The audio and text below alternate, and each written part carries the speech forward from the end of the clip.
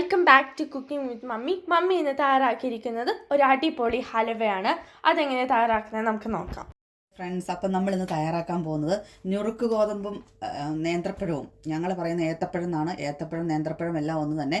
അത് രണ്ടും കൂടെ കൂടിയിട്ടുള്ള ഒരു ഹലുവയാണ് തയ്യാറാക്കാൻ പോകുന്നത്.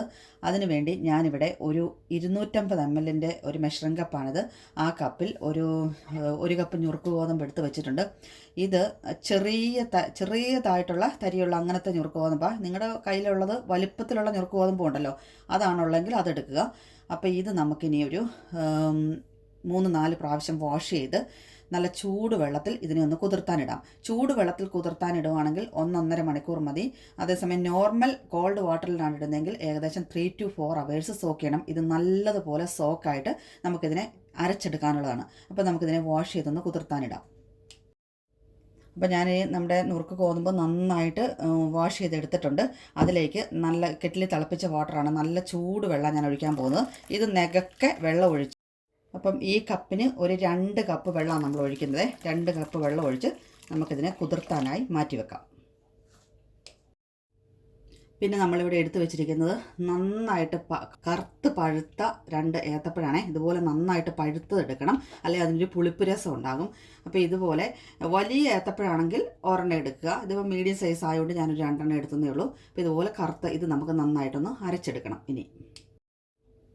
അപ്പം നമുക്ക് ഈ പഴം ഇനി ചെറിയ പീസുകളാക്കി ഇതുപോലെ ഒന്ന് ഞുറുക്കിയെടുത്ത് മിക്സിയുടെ ജാറിലോട്ട് മാറ്റിയിട്ട് നമുക്കിതിനെ നന്നായിട്ട് അരച്ചെടുക്കാം. അപ്പോൾ ഇതുപോലെ നമുക്കിത് മുഴുവനൊന്ന് ഞുറുക്കിയെടുക്കാം.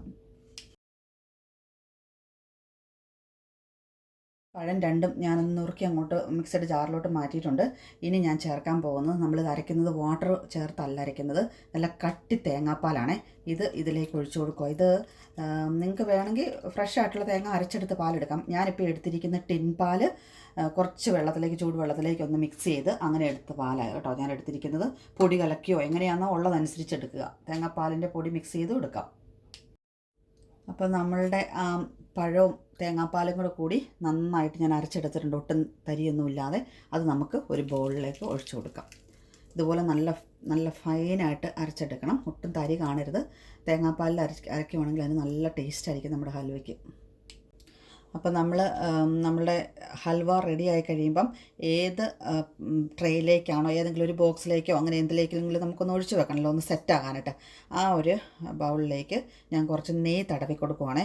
നമുക്കിപ്പോൾ ഇഷ്ടമുള്ള ഏതെങ്കിലും കയ്യിലുള്ള നട്ട്സ് ഞാനിപ്പോൾ ഇട്ട് കൊടുക്കാൻ പോകുന്ന കുറച്ച് കാഷ്യൂ നട്ടും കുറച്ച് പിസ്താഷ്യും കൂടി അതിലേക്ക് ആഡ് ചെയ്ത് കൊടുക്കുവാണേ. അത് നമ്മളത് എടുത്തു കഴിയുമ്പോൾ ഒരു ഭംഗിക്ക് വേണ്ടിയിട്ടത്. പിന്നെ ഞാൻ ചെയ്യുന്നത് കുറച്ച് സെസമേ സീഡില്ലേ, വൈറ്റ് എള്ള്, അതും കൂടെ ഇതിനിടവഴി കുറച്ചങ്ങ് തൂളി കൊടുക്കുന്നുണ്ട്. അപ്പോൾ നമ്മളെ ഇത് എടുത്ത് കഴിയുമ്പം നല്ലൊരു ഭംഗിയായിരിക്കും കാണാൻ അങ്ങനെ വന്നു കഴിയുമ്പോൾ. ഇപ്പം നമ്മളുടെ ഞുറുക്ക് ഗോതമ്പ് നന്നായിട്ട് കുതിർന്ന് വീർത്തിരിപ്പുണ്ട്. ഇതുപോലെ ഒന്ന് കൈ കൊണ്ട് നമ്മൾ എടുത്ത് നോക്കുമ്പോൾ ഇത് കണ്ടോ, ഞെങ്ങി പീച്ചി ഇങ്ങനെ വരുന്നത് കണ്ടോ, ഞെങ്ങി വരുന്നത്. ഇതുപോലെ നല്ലതായിട്ട് ഇപ്പോൾ ഒരു ഏകദേശം 1.5 മണിക്കൂറായിട്ടുണ്ട് നമ്മളിത് കുതിർത്തി വെച്ചിട്ട്. ഇപ്പോൾ ഇതുപോലെ നന്നായിട്ട് ഇതിനെ നമുക്കിനി ഫൈൻ പേസ്റ്റാക്കി അരച്ചെടുക്കണം. അപ്പം നമ്മൾ ഞുറുക്ക് ഗോതമ്പ് ആ വെള്ളത്തിൽ നിന്ന് നന്നായിട്ട് പിഴിഞ്ഞ് മാറ്റി ഒരു ഡ്രെയിൻ ചെയ്യാനായിട്ട് വെച്ചിട്ടുണ്ട്. ഇനി നമുക്ക് ഇതൊരു മിക്സിയുടെ ജാറിലേക്ക് ഓരോ സ്പൂണുകളായിട്ട് കൊടുത്ത് ഓരോന്നായിട്ട് ആഡ് ചെയ്ത് കൊടുക്കാം. നമ്മൾ നുറുക്ക് ഗോതമ്പ് ഒരു മിക്സിയുടെ ജാറിലോട്ട് മാറ്റിയിട്ടുണ്ട്. ഇനി നമ്മൾ അതിനുള്ളിലേക്ക് ഈ 250 നമ്മൾ ഗോതമ്പ് അളന്ന കപ്പിൽ തന്നെയാണ് എല്ലാ കാര്യങ്ങളും ആ സെയിം മെഷർമെൻറ്റിൽ കറക്റ്റായിട്ട് എടുക്കാൻ നോക്കണം. 250 ml വെള്ളവും കൂടി ഇതിലേക്ക് ആഡ് ചെയ്ത് നമുക്ക് നല്ല ഫൈൻ പേസ്റ്റായിട്ട് ഇതിനെ അരച്ചെടുക്കാം. അപ്പോൾ നമ്മളുടെ അരച്ചെടുത്ത ആ നുറുക്ക് ഗോതമ്പിൻ്റെ ഇതുപോലെ ഫൈൻ പേസ്റ്റായിട്ട് ഒട്ടും തരിയില്ലാതെ തന്നെ അരച്ചെടുക്കണം. ഇതുപോലെ അരച്ച് എടുത്തിട്ടുണ്ട്.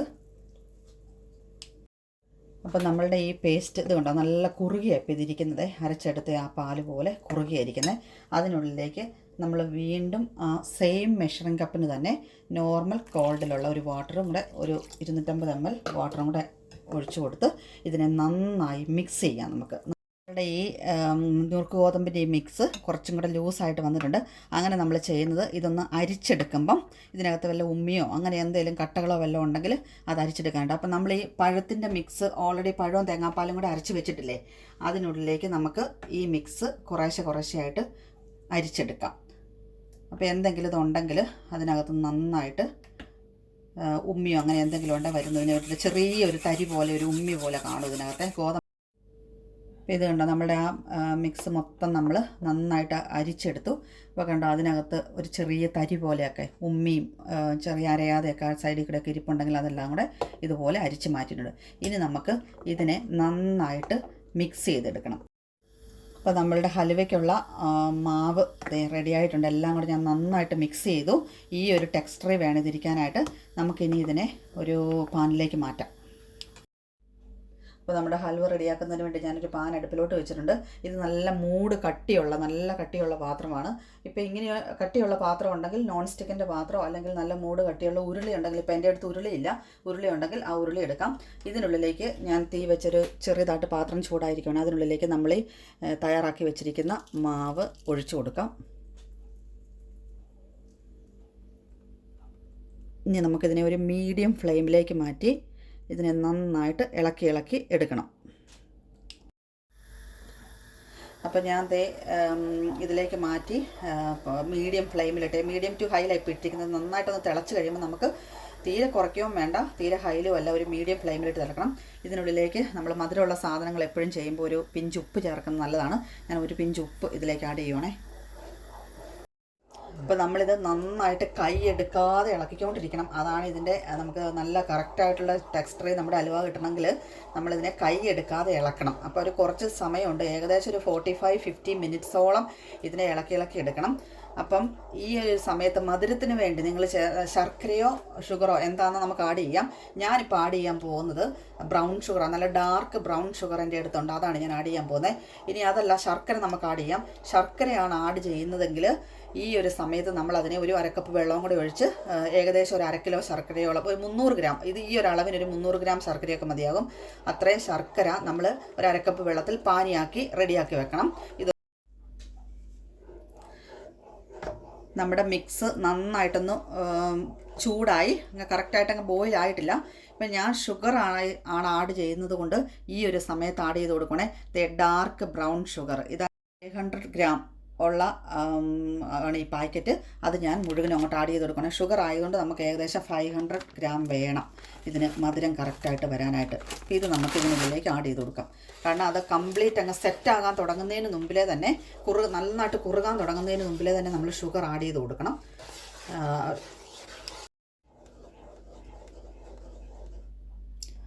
അപ്പോൾ നമ്മളുടെ മാവ് ഇങ്ങനെ തിളച്ച് വന്നുകൊണ്ടിരിക്കുകയാണ്. ആ ഒരു സമയത്ത് ഞാനിവിടെ ഒരു 6-7 ഏലക്ക അതിനകത്ത് സീഡ് എടുത്ത്, ഞാൻ ഷുഗറൊന്നും ചേർത്തിട്ടില്ല, സീഡ് തന്നെ പൊടിച്ച് വെച്ചിരിക്കുന്ന ഇടുകടിലോട്ടിട്ട് ഇത് ഏകദേശം ഒരു ടീസ്പൂണോളം കാണും. ഇത് നമുക്കിതിലേക്ക് ആഡ് ചെയ്യാം. ഇതൊരു നല്ല ഫ്ലേവർ കിട്ടുന്നതിന് വേണ്ടിയിട്ടാണ് ഇത് ആഡ് ചെയ്യുന്നത്.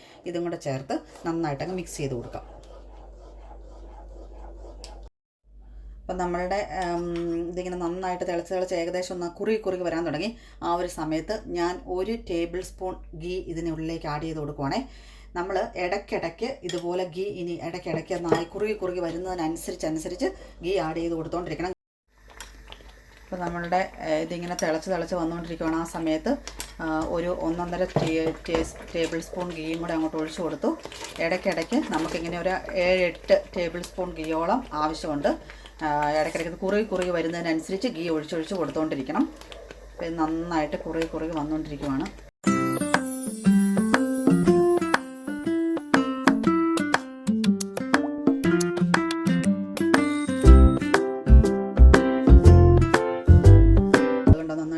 തിക്കായി വന്നുകൊണ്ടിരിക്കുകയാണ്. ഇതിൻ്റെ ഒരു സൈസ് എന്ന് പറയുന്നത് ഇതേന്ന് ഈ പാത്രത്തിൽ നിന്ന് വിട്ട് പോരാൻ തുടങ്ങണം. ആ ഒരു സ്റ്റേജിലേക്ക് വരണം. അതുവരെ നമ്മളിങ്ങനെ ഇളക്കി കൊടുത്തുകൊണ്ടിരിക്കണം. ഇപ്പോൾ ഏകദേശം ഒരു അരമണിക്കൂറേ ആയിട്ടുള്ളൂ. അപ്പോൾ ഈ ഒരു സമയത്ത് ഞാൻ അതിനുള്ളിലേക്ക് ഒരു കുറച്ച് കാഷ്യൂനട്ടും പിസ്താഷ്യും ഇവിടെ എടുത്ത് വെച്ചിട്ടുണ്ട്. അതങ്ങ് ആഡ് ചെയ്ത് കൊടുക്കണേ. നിങ്ങളുടെ കയ്യിലുള്ള നട്ട്സ് ഏതാണെന്നോ ഉള്ളത് ആഡ് ചെയ്ത് കൊടുക്കാം കേട്ടോ. ബദാം ഉണ്ടെങ്കിൽ ബദാമൊക്കെ ആഡ് ചെയ്ത് കൊടുക്കാം. ഞാനിപ്പം എൻ്റെ കയ്യിലുണ്ടായിരുന്നത് കാഷ്യൂനട്ടും പിസ്താഷ്യും ആയിരുന്നു. അതങ്ങോട്ട് ആഡ് ചെയ്ത് ചെറുതായിട്ടൊന്ന് ക്രഷ് ചെയ്തിട്ട് അങ്ങോട്ട് ആഡ് ചെയ്ത് കൊടുത്തിട്ടുണ്ട്. അപ്പോൾ അതൊന്ന് ഇടയ്ക്കൊരു ടേസ്റ്റിന് അങ്ങനെ ചെയ്യുന്നത് നല്ലതാണ്.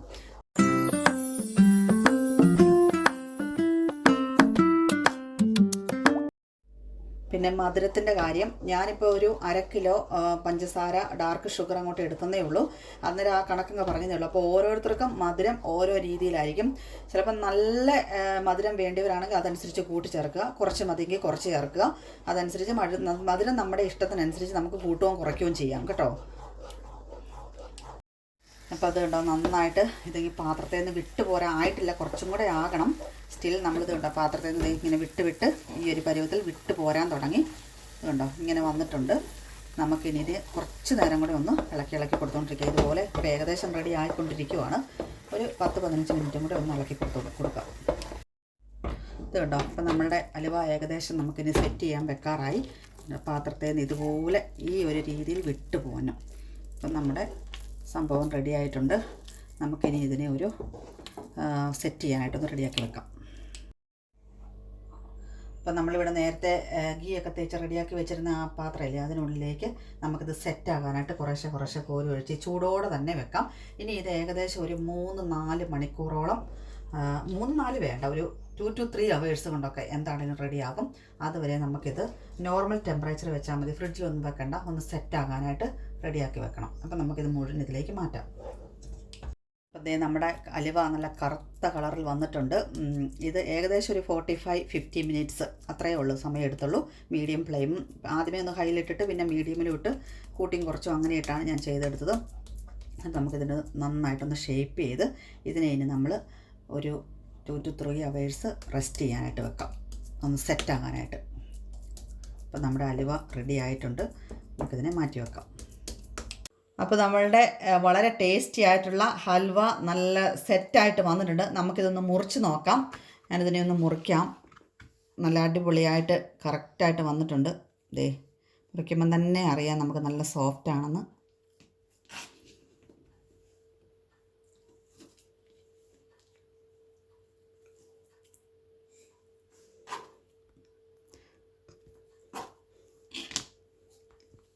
ഇനി ഇതൊരു പീസ് എടുത്തേ, വായിലിട്ടാൽ അലിഞ്ഞു പോകും എന്നൊക്കെ പറയത്തില്ലേ, ആ ഒരു രീതി നല്ല അടിപൊളിയായിട്ട് നമ്മുടെ ഹൽവ വന്നിട്ടുണ്ട്. അപ്പം ഞങ്ങളുടെ ഈ വീഡിയോ ഇഷ്ടമായാൽ നിങ്ങൾ ഇതുപോലെ ഒരു ഹൽവ തയ്യാറാക്കി നോക്കണം. ഉറപ്പായിട്ടും നിങ്ങൾക്ക് ഇഷ്ടമാകും. വളരെ ടേസ്റ്റിയുമാകും, പിന്നെ ഹെൽത്തിയും ആയിട്ടുള്ള ഒരു ഹൽവയാണിത്. അപ്പോൾ thank you for watching. Thank you. By.